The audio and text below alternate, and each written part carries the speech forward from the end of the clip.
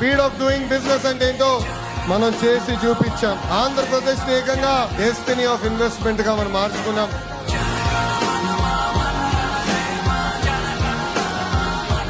ఏకంగా పుట్టపర్తిలో AMCA project శంకుస్థాపనే ఒక చరిత్ర.